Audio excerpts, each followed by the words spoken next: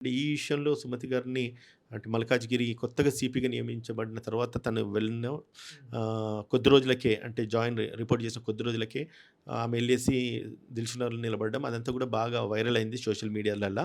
But first ఇన్స్టెన్స్‌లో ఆమె చేసిన ధైర్య సాహసాలను అప్రిషియేట్ చేయాలి. అది ఆమె ఇదివరకు కూడా ట్రైనీ ఆఫీసర్ లెక్క ఉన్నప్పుడు కూడా ఒకసారి అట్లా చేసింది. లైఫ్ థ్రెట్ ఉన్న పరిస్థితుల నుంచి ఆవిడ బయటకొచ్చిందన్నది కూడా మనం న్యూస్‌లో వినున్నాము. సో, ఇన్ దట్ సర్కమ్‌స్టాన్సెస్ అంటే సమాజంలో సిట్యుయేషన్స్ ఏ విధంగా ఉన్నాయి? దాన్ని ఎట్లా ప్రికాషన్స్ తీసుకోవచ్చు? ఎట్లా ప్రివెంట్ జేయొచ్చు? అంటే ప్రాస్టిట్యూషన్ లేదు అని జెప్పి కాదు. ప్రాస్టిట్యూషన్ లేని ఏరియా నేనేది. ఈవెన్ మనము హైటెక్ సిటీ ఎళ్ళినా లేకపోతే ఇంతెందుకు ఫిల్మ్ నగర్ మనం డౌన్ దిగుతున్నా గూడా అక్కడ వీళ్ళీ జెండర్ ట్రాన్స్‌జెండర్ వాళ్ళుంటారు గదా! వాళ్ళు గూడా వాళ్ళక్కడ ఉండి ప్రాస్టిట్యూషన్‌కు చేస్తా ఉన్నారు. అంటే సరే వాళ్ళ లైఫ్‌కి వాళ్ళు బ్రతకడానికి అది గావాలి కాబట్టి వాళ్ళు జేస్తా ఉన్నారు. అవి అంత మట్టుకైతే పర్వాలేదు. దాన్ని క్రిమినల్ అఫెన్సెస్ జరగొద్దు. మర్డర్స్ గాని లేపోతే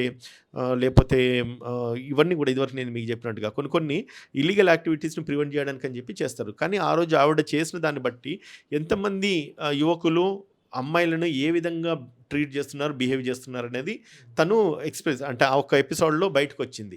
అదేవిధంగా మహిళలు గూడా అక్కడ దిల్సుఖ్‌నగర్ ప్రాంతంలో ప్రాస్టిట్యూషన్ చేస్తున్నారు. అది వాస్తవమా, అవాస్తవమా అని చెప్పి తెలుసుకోవడానికి తనొక స్టింగ్ ఆపరేషన్ కింద ఎళ్ళేసి తను నిలబడడం జరిగింది. వాళ్ళకి ఇన్ఫర్మేషన్ లేదని గాదు, ఎక్కడ జరుగుతలేవని గాదు. బట్ తన సెల్ఫ్ ఇంట్రెస్ట్ మీద ఎట్లా జరుగుతా ఉంది మేబీ అంతే ఉంటది. పోలీసులకు తెలవనిది ఏముండది. 100% అక్కడ ప్రాస్టిట్యూషన్ జరుగుతుంది. ఎప్పటినుంచో జరుగుతుంది. అక్కడే గాదు. ఏ ప్రాంతంలో ఎక్కడెక్కడ ఎంతెంత ప్రాస్టిట్యూషన్ జరుగుతుంది, నేరాలు జరుగుతుంది, డ్రగ్స్ స్కాండల్స్ జరుగుతున్నాయి. లేదంటే గనక ఈ గంజాయి సప్లై జరుగుతుంది. ప్రతి ఇన్ఫర్మేషన్ పోలీస్ దగ్గర ఉంటది.